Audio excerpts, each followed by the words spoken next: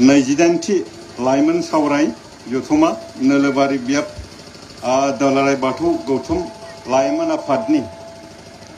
नैबे गोथार हाबाफारिखौ दैदेननाय अनजालु आफादगिरि बे आफादावनो एसे सिगाङावसो बे आफादखौ बेखेवलांनाय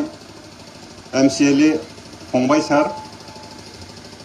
बे आफादावनो गाहायालासि महरै नुजाफैनाय आंनिनो लोगो फंबाय फैलाजे बरगयारि नोंथां बे आफादावनो दिनैनि गौथुमनि आफादगिरि नेहाथारि जानो हागौ बेवहाय थुनलाइ आफादनिबो गोबां मावथिफोर दंफैयो लोगोसेनो बे आफादावनो दानि एसे सिगाङावसो दान बान्था होलांनाय फंबाय एडभकेट लोगोसेनो बे हाबाफारियावनो नुजाफैनो हानाय गुबुन गुबुन गामिनि मानगोनां फोरोंगिरि रायजो नोंथांमोन आइ बाबा नोंथांमोन फंबाय बिनानावमोन साफ्रोमबो आंनि अननाय मोजां मोननाय आरो गाहाम हामलायनायखौ बावहरनाय जाहैबाय। दा खोथाया जाहैबाय दानि बिथां फैलाया बुंखादों अबयसे आंबो फैफानायसो जाहैबाय होनजानानै जि लाजिनानै गन्थ'आनो हाबजोबदों ओरैबायदि जावबाय थानोनो सुखुवाबा गोलोमजोबलासो दा थायाबाबो जाया खारथुमाबो रायजोफोरा गाज्रि मोनगोन ना जियानो जा रायजो नोंथांमोन बेवहाय हौवाफोरनिसाय हिनजावफोरखौ बांसिन नुदों आरो गोबां जायगायावनो हौवाफोरनिसाय हिनजावफोरखौ बांसिन नुथाय आथिखालाव दा बिनि जाहोना जानो हागौ हिनजावफोरा मालाय रेशन कार्ड मोनो हिनजावफोरा मालाय न' मोनो हिनजावफोरा मालाय अरुनदय मोनो हिनजावफोरा मालाय स्कुटि मोनो गासिखौबो मोनजोबो नालाय दा बेवहायनो जेरावबो हिनजावफोरा फालो फालो फैग्रा जाबाय दा हौवाफोरा न' नेनानै न' नेग्रासो जाहैबाय दा बेफोरबायदिनो न' नेनायावनो हिनजावफोरा बै माबा मदिनि फैसा अरुनदयनि फैसा बेफोरबायदि नागिरनायावनो बै बेखौ मा होनना बुङो भटार कार्ड माबा कार्ड बायदि बायदि साबमिट होनो थांनायावनो समायना समायना थाखा गोनां हौवाफोर लोगो मोनहैबाय खखाबाव दारि गोनां हौवाफोर लोगो मोनहैबाय गावनि हौवाफोरखौ बावलांबाय दा नोंथांमोननि गेजेराव हौवानि लंपेन्ट सुनानै होग्रा हौवानि गस्ला सुनानै होग्रा साबेसे दं देनाय आखाइ थिखांनाय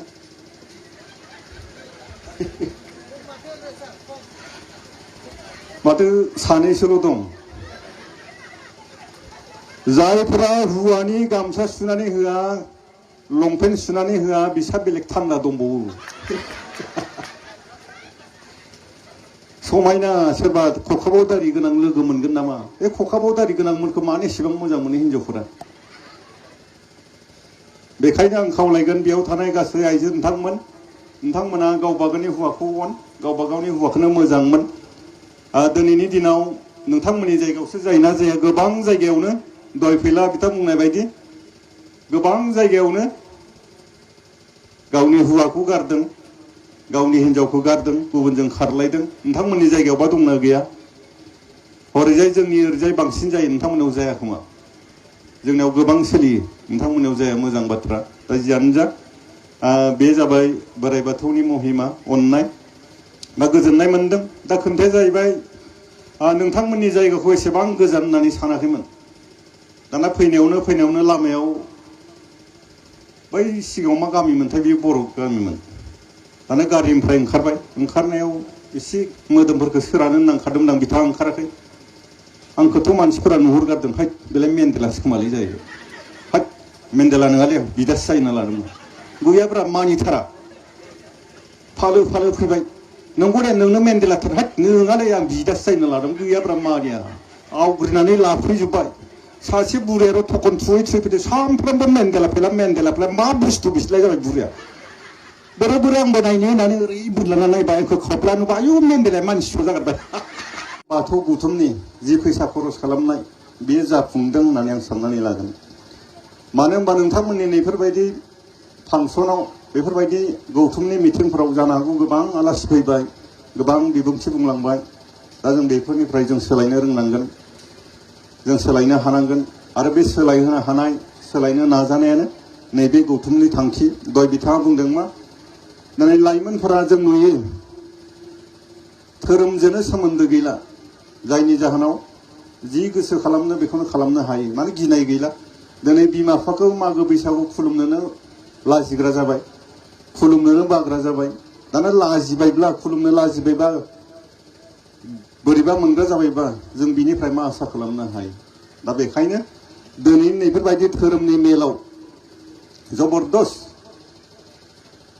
जेसेबां लाइमोनफोर दङ बिथांमोनखौ नैफोरबायदि मेलाव लाफाथारनांगौ लाफानानै धोरोमनि जिखिनि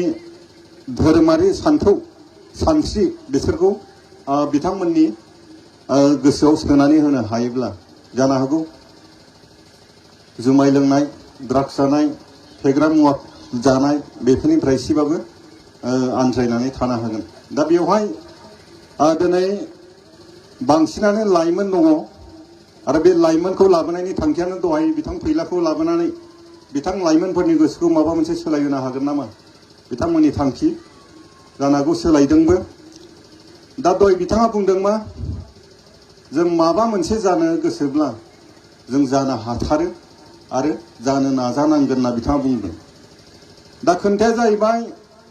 मोनसे सम दंमोन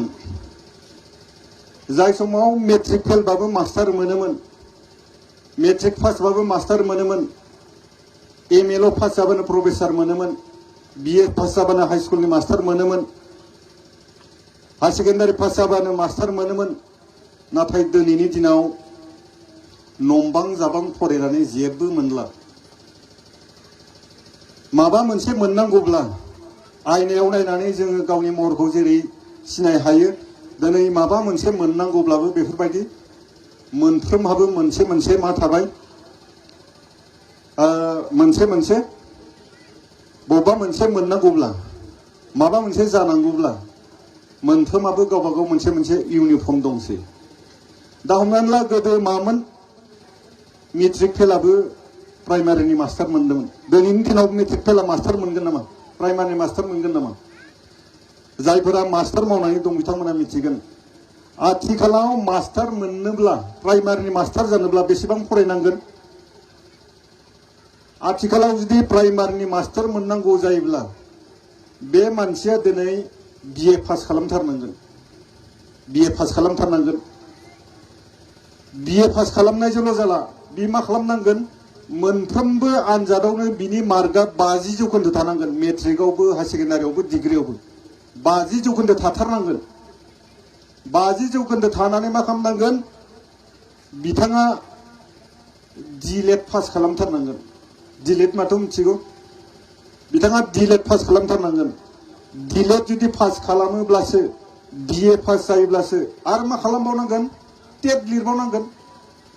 टेट लिरनानैल' जाला बिनि मार्कआ गोजौनिफ्राय साबसिन जाबोनांगोन गोजौनिफ्रायसो लाबोयोना हमनानै ला एबार जुदि पस्टआ जुदि 5000 दङब्ला परिखा लिरग्राया जुदि 12000 दङब्ला पास खालामदोंब्ला बियो जेबो जानाय नङा बिनि मार्कआ मा जानांगोन गोजौनिफ्राय सानबोनानै 5000सिम थाफैनांगोन अब्लासो मोनगोन दाना होमबा दिनैनि दिनाव सासे मास्टार जानोबो बेसे गोलाव नोङो बिएखौ फरायदों बिएसिम फरायनोनो बेसेबां बैसो नांगोन बेनो मेट्रिक पास जागोन 15 बोसोर जायो हाई सेकेन्डारियाव बोसोरनै 17 डिग्रियाव बोसोरथाम आथिखालावथ' बोसोरब्रै जानोसै दाना होमबा जोङो सासे प्राइमारि मास्टार जानोनो बेसेबां गोलाव फरायनांगौ बेनि उनाव जों फैबाय एबार हाई सेकेन्डारिनि एमइ स्कुलनि मास्टार जानो जों मा फरायनांगोन एमइ स्कुलनि मास्टार जानो एमइ स्कुलनि मास्टार जानोबो आथिखालाव बिए पास जाथारनांगोन बिए पास जानानै मा खालामनांगोन डिलेटखौ पास खालामथारनांगोन दाना डिलेटखौ पास खालामबाल' जाना बे टेट पास खालामथारनांगोन अब्लासो बि एमइ स्कुलनि मास्टार मोनगोन होमबा बेसेबां गोलाव आरो मोनफ्रोमबो साबजेक्टआवनो मा थानांगोन बेया 50 जौखोन्दो थानांगोन होमबा सासे प्राय एम इ स्कुलनि मास्टार जानोबो बेसेबां गोब्राब दाना फैदो हाई स्कुलनि मास्टार जानोब्ला जोंनो मा नांगोन हाई स्कुल मास्टार जानो थाखाय जोङो आथिखालाव एम ए पास जानांगोन बि ए पास जाब्लाबो जानाय नंला एम ए खौ पास खालामनानै एबार नों मा लादो बि एड फरायदो बोसोरथाम बि एडआव बोसोरथाम फरायदो एम ए फरायनायावनो बैसोआ थांखाबाय आरो बि एडआव बोसोरथाम थांबावदो बेसेबां बोसोर थांखो दानिया आरो बि एडखौ पास खालामखांनायनि उनाव नों आरो टेट लिरदो टेट लिरनानै नों पास खालामनो हागोन ना हाया दानिया अब्ला नोङो सासे हाई स्कुलनि मास्टार जानो थाखाय बेसेबां प्रसेस बेसेबां गोलाव नेक्स्ट दाना नों प्रफेसार जानोसै प्रफेसार जानो थाखाय नों बेसेबां फरायनांगोन ओरैनो एम ए पास जाबाय जेनेबा एम ए पास जानायनि उनाव नोङो एबार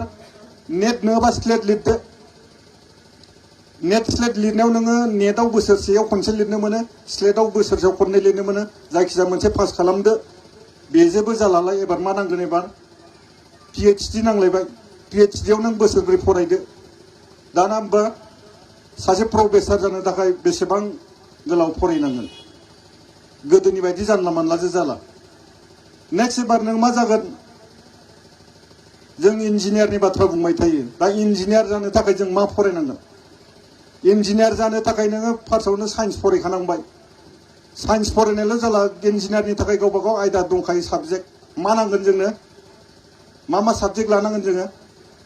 फिजिक्स केमिस्ट्रि आरो मेथामेटिक्स आरो जुदि बेजों लोगोसे कम्पिउटार थाफायोब्ला मोजां दाना नों बेखौ लिरदो हाई सेकेन्डारि पास खालामबाय हाई सेकेन्डारि पास खालामबाल' नों जानांला मा लिरनांसिगोन नोङो देरबाय कलेजाव फरायबाय जायनि जाहोनाव दा फिसालाया न'आवसो दंफैयो दा बिफानि आखल आखुफोरखौ नुयै फिसालाखौ थारमाने लाजिफोनाङो जंखायो फैलानि फिसालाखौ नुबानो फैलानि फिसालानि लोगोफोरा ओरै खालामो माने फै ला फैला होननाय जाबाय आरो खायसे ओरै खनसे फैलानि फिसालाखौनो माने ओरैहाय फैला होननाय जादों लाजिबाय न'आव दंफैयो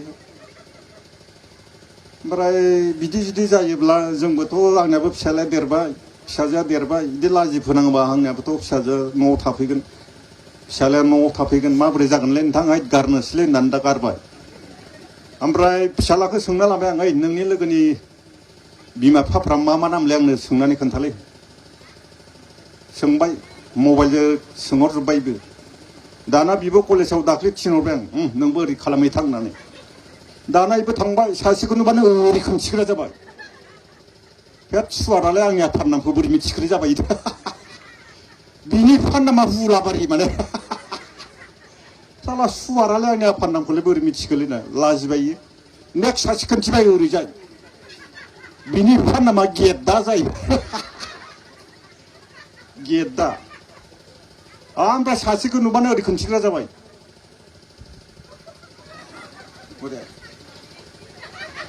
माने मा होननाय जादों बास माने सुबा सुबास दानिया लाजिबाय लोगोफोराबो लाजिनानै दा खोन्थिला दा बेखायनो जोंहाबो गथ' गथायफोरा देरबाय जानला मोनलाबो बखिजाला दा बेखायनो बखिनायफोरखौ एसे खम खालामबाय दा जियानो जा रायजो नोंथांमोन लोगो मोननानै जोबोद मोजां मोनदों लोगो मोनबाय थागोन जोंजोंनो मेथाइ खनग्राबो फैफादो बिथांमोननि मेथाइखौबो खोनासंदो आसा खालामो नोंथांमोननि जि साननाय लुबैनाय हास्थायनाय बियो जाफुंथों बेखौनो आसा खालामनानै दिनै आङो नोंथांमोननिसिम साफ्रोमनोबो आंनि अननाय मोजां मोननाय गासैखौबो नोंथांमोननो बावहरनानै आं दिनै आंनि बिबुंथिखौ फोजोबबाय दा आं गावनो जानानै जोंनिफ्रायनो फैनो हानाय बिथां जेलसिं बसुमतारीखौ ट्रेकजोंबाबो दोंसे मेथाइ खोनासंहोनानै नोंथांमोननि गोसोखौ गोजोन होगोन होननानै आं खावलायनाय जाबाय जेलसिं बसुमतारी फंबाया दोंसे मेथाइ खनफैनांगौ गोजोन्थों लोगो मोनबावलायगोन गोजोन्थों